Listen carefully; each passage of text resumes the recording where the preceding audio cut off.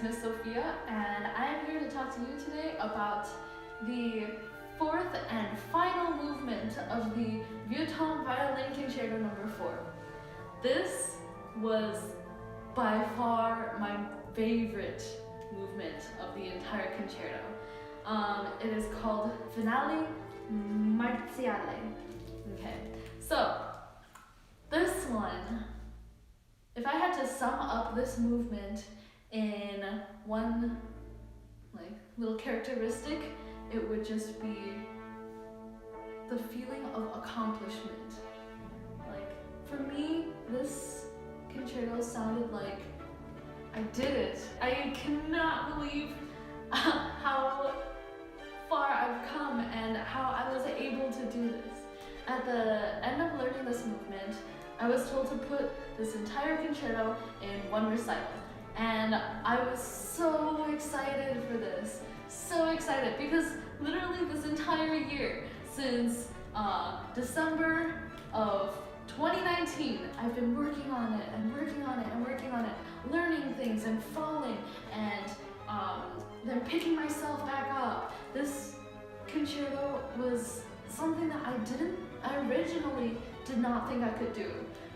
Each time I finished learning a movement and I would go on to the next movement, except for the second movement, but for the first, the third, and the fourth movements, every time that I was beginning to learn the music, I felt like, I'm not sure if I'm qualified or if I have the skill that it takes to learn this music, but I did it, and I put it together in a socially distant, being me in Boston and my pianist in California. I was able to put all of this together by myself, and it's something that I am rather proud of. I know it's not perfect, absolutely no, it's not perfect, but I just was faced with so many different challenges that I didn't foresee. So the biggest challenge with putting all of this together was putting it together with my pianist. When musicians cannot see the other musician in time, in the same time zone, with no lag, okay? That's why none of this video call stuff works, because there's a lag. It's not even a big lag, it's a tiny lag, but it's still extremely apparent when we try to put it together and we record it. I really wanted my piece to be played with my accompanist. First of all, because she's such a kind person, she's so lovely to work with, and second of all, because almost more than half of the piece is missing if I don't have the accompaniment part to it. So I had to think outside of the box, right? This violin concerto, I think of it kind of like a movie, right? If we think of a sad scene, okay, let's say the main character is really sad and the camera is focused on the main character, but it just adds on to the mood of the movie to also see rain coming down the window, and the main character, the sad character, is just looking out the window to these gray skies and the raindrops going down on the window, and that scene is so much more effective because of the background, because of the other things that are happening around the character, right? So this concerto is much more effective if it's put together as a whole, right? Me, the violinist, being the main character with everything that's happening around the main character. So I decided, okay, I'm going to try to put this together the best that I can. Right? There were several challenges. The first one being that there are places where I can play with the timing of how my piece goes. So in this snippet here, you can see me putting it together on GarageBand. So now, what I'm doing is I'm trying to figure out the timing to my cadenza. A cadenza is a part where it's 100% just the soloist.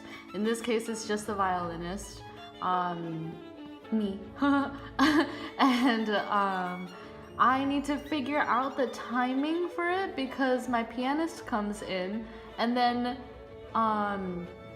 the next movement is immediately after that. So if I don't time it just right, then the next 7 minutes of my piece will sound wrong.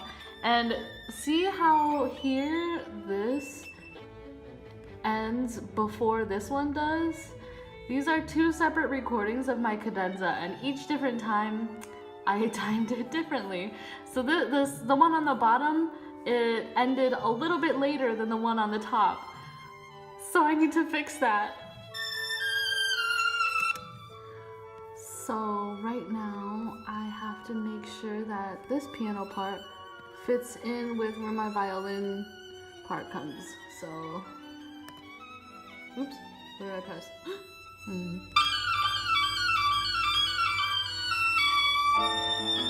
Oh my god, I guessed it! Yes! Oh no, but I came in too soon. Wait, let me see if this recording works. Okay, mute, unmute, okay.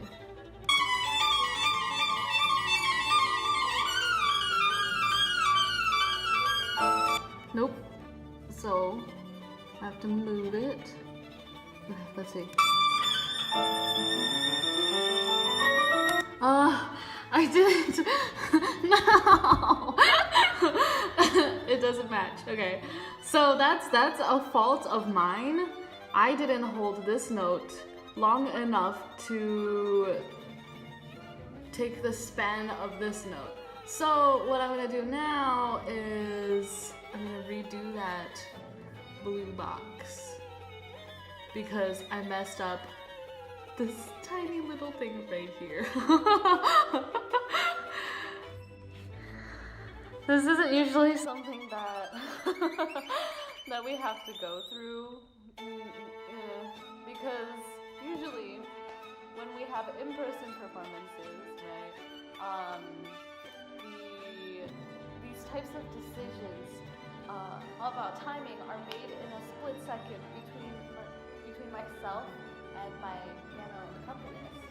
But she's in California and I'm in Massachusetts, so, and we all are socially distant, and we can't make decisions like this in real time. And another rule that just makes my life a whole lot more fun is that I have to film my violin part in one take, right? So the video and my playing has to be in one continuous video. And what I'm doing is I'm kind of piecing together so the piano part that I can play along with, and then these different parts where I have to make different judgments on timing. I'm kind of doing that in GarageBand right now, and then later on I'll put it in my phone, and I'll put my phone in my pocket, have my little earbud,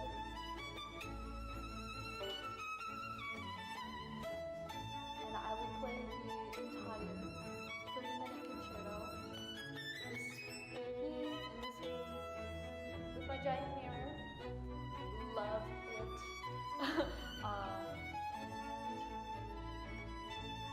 The recording that I made or am making right now. What am I doing? But it's gonna end up awesome. I already know it. And you guys will get to see a little bit of that later on. So here was the process. I first needed to send her my recording by myself of the entire violin concerto so that she knew where I played a little slower or where I played a little faster. And then she would record her piano part while listening to my violin part. And then she would send her recording of herself to me, and I would put it together, piece it together. Then I would put that recording on my phone and put that phone in my pocket and listen to her playing while I did the big one take for my official recital video. This was a crazy hurdle for me. The first recording that I needed to send to her, I knew that if I had made any mistakes, it would be shown in the piano accompaniment part. And then, because of my mistake, her recording will affect how I play in that last official video. I knew that everything that I played in the first recording needed to be absolutely perfect. And I, for several days, just could not bring myself to do it. I was so stressed out, and I ended up just watching a lot of TV. I watched a lot of TV because I had practiced so much, and now it came time to something that was not an issue in my playing, but an issue in my mind. Once I got over that hurdle and she recorded her part, sent it to me, once I put it all together in GarageBand, I did the one take for my video, and I recorded that so many times. It took me, I think, at least 4 days to get a good enough recording. It took me 2 days to get a full recording of the entire concerto because I kept stopping and then starting and then stopping and then starting, and it wasn't good. I kept falling and I couldn't pick myself back up, and each time I did that, it was just extra energy that I had thrown away. I got very, very stressed out. Once I got that good take, I had to take my pianist's recordings and just kind of piece them into that good take video, right? And then it would be done. My recital would be done, right? Seems easy, right? That part seems like the least of my worries, but no. I don't know what happened, but there were some places where no matter what, I could not match my accompanist's part to my solo part. It was just off by a little bit, right? If this was the beat, for some reason the computer made it so that this was her beat. My beat here, my piano's beat, it's not lined up. I don't know why. But I was like, there's nothing more that I can do.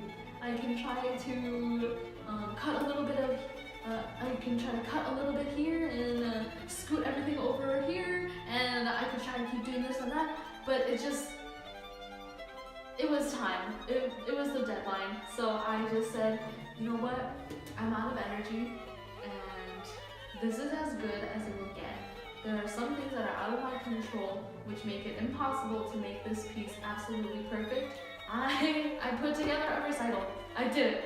And that moment, when I turned it in my recital video, I felt exactly how the last movement of the Vieuxtemps Violin Concerto No. 4 feels, right? So it starts with the violin in this extremely declarative and very present note, right? And it's just dun, like, I was so happy that I did it.